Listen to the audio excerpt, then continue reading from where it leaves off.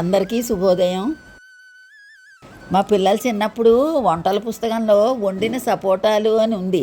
అది చూసి నేను ఆ పిండి వంట వండాను. అది చాలా బాగుంది. పిల్లలు తాతయ్యలు కూడా చాలా ఇష్టపడి తిన్నారు. అప్పుడప్పుడు చేస్తున్నాను. అయితే ఈవేళ కూడా చేశాను, మీ అందరికీ చూపెడదామని. అరగ్లాసు కరాచీని గ్లాసు నీళ్లతో ఉడికించి ముద్ద చేసుకుంటాం. అరగ్లాసు నూకి ఒక గ్లాసు పంచదార పాకం పట్టుకుంటాం. గులాబ్ జాముకి పట్టుకున్నట్టు కొంచెం పలచగా పట్టుకుంటాం. పాకంలో కొంచెం యాలక పొడి కూడా వెయ్యాలి. ఇప్పుడు ఈ చల్లారిన ముద్దని ఉండలుగా చేసుకుని నూనెలో దోరగా వేయించుకుని పాకంలో వెయ్యాలి. మా మనవలు అమ్మమ్మ సపోటాలు చేస్తానని గులాబీ జాములు చేసేవేమని అడిగారు. అప్పుడు నేను వీటికి లవంగ మొగ్గలు గుచ్చడం అలవాటు చేసుకున్నాను.